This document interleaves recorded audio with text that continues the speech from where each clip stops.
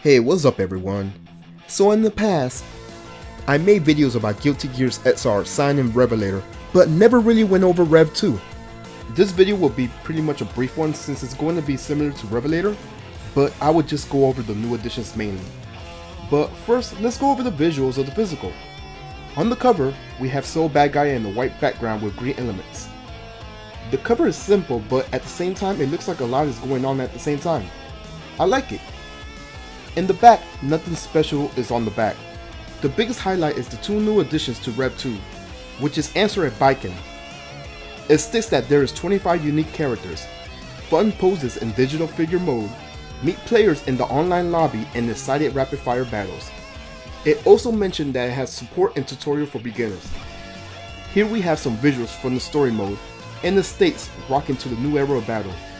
And that's pretty much it for show and tell. Let's get going with Rev 2. If you're familiar with most fighting games, there's always updated versions of fighting games. Gear Xrd Rev 2 is no exception. Rev 2 has a new color scheme as well, which is all green. New characters and additional story as well. This is also considered the completed version of the XR series, at least for now. Rev 2 is available to buy as a digital upgrade if you already own Revelator, or you can buy the physical of Rev 2. I made the mistake of buying Rev 2 twice, because I wasn't aware that you could switch the modes. I'll get into that later. So what's new in Rev 2 exactly? Well, for characters we got Answer, a brand new character to play as. He could be seen previously in story mode, but now he's playable. Rev 2 also welcomes back Biken, a character from previous Guilty Gear games, and she makes a great addition to the roster. If you never owned Revelator, you will have the previous DLC characters on the roster unlock as well. As far as story, well, we get to see the new characters in action, and there seems to be additional stories to unlock. Most of the new content is stories in the aftermath of the regular story, and I guess I should go over what I think about the story. Well, it's very dialogue heavy, but I got to say, the action sequence is just beautiful. It really makes up for all that dialogue. The story really makes you feel like you're watching a movie. I should also note that the story has audio language in Japanese with subtitles, which could be a good or bad thing depending on how you look at it.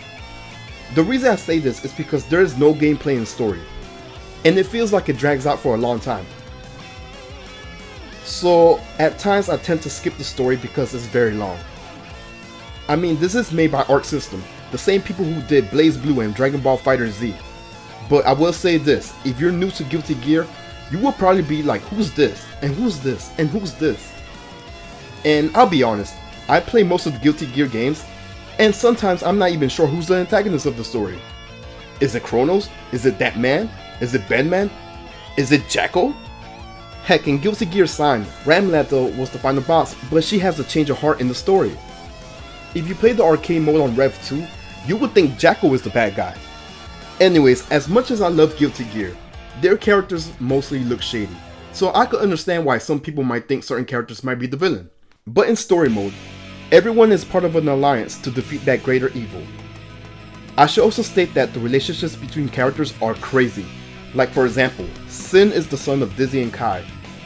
Spoilers by the way, in the story mode, it was later revealed that Soul Bad Guy and Kai are in-laws. やめろと言ったはずだ。いいか、今から皆何も考えるな。なんで？それが平和だからだ。決戦の前だ。もやっとしたくない。俺は間違ってない。待ってくれ。そうか。その話はディズィはジャスティスの娘で、つまりいや嘘だ。まさかそれが私の音。カイ！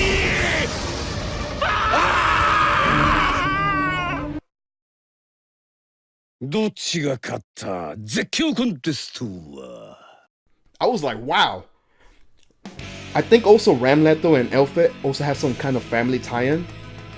The last thing I should mention about the story is that after you completed the main story, there's 3 additional after-story scenarios. The first one is about the main characters and the reflections about the events of the main story. The second one, which is my favorite of the 3, is mainly based on Venom and Robo-Kai. And the last one, which I feel is the longest one, is about Zappa and Company. This one will be my least favorite. From what I remember, they were investigating who ate the pudding. Yes, they went the Lord Beerus route. Give me the pudding! No! Give me one of them now! I want the pudding! Rev 2 also adds new stages in the game. As far as gameplay, there's been some balances and tweaks. With that being said, you could switch from Revelator and Rev 2 on the configurations. I wish I knew this when I bought the upgrade, because I was having a hard time booting Rev 2 without getting the Revelator hub. So yeah, I bought Rev 2 twice. Overall, if you love fighting games, you will love Rev 2. It has fast-paced fighting action, an easy tutorial to understand the game's mechanics, a story mode which is about 4 to 5 hours. I don't remember how long it is. The only downside to story mode is the lack of gameplay, and it has an anti-capture cutscene. So the game DVR is useless if you're streaming or recording. There's also an encyclopedia of the world of Guilty Gears, and there's a lot of content in Guilty Gears. You also have your arcade mode, dojo, training, and versus, as well as multiplayer, gallery, fishing, and so on. Most of the stuff you can unlock in gallery using the world dollars. You could get world dollars just by doing anything in the game. For example, by completing story mode, doing the combo lessons, tutorial, arcade, and so on.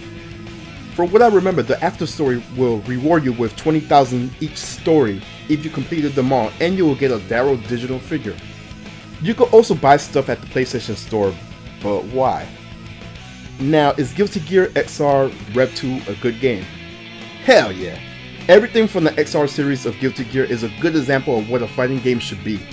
The only complaint I will have is that the story tends to drag, especially since there's no gameplay. But other than that, I enjoyed it. Everything else is pretty much the same from Revelators.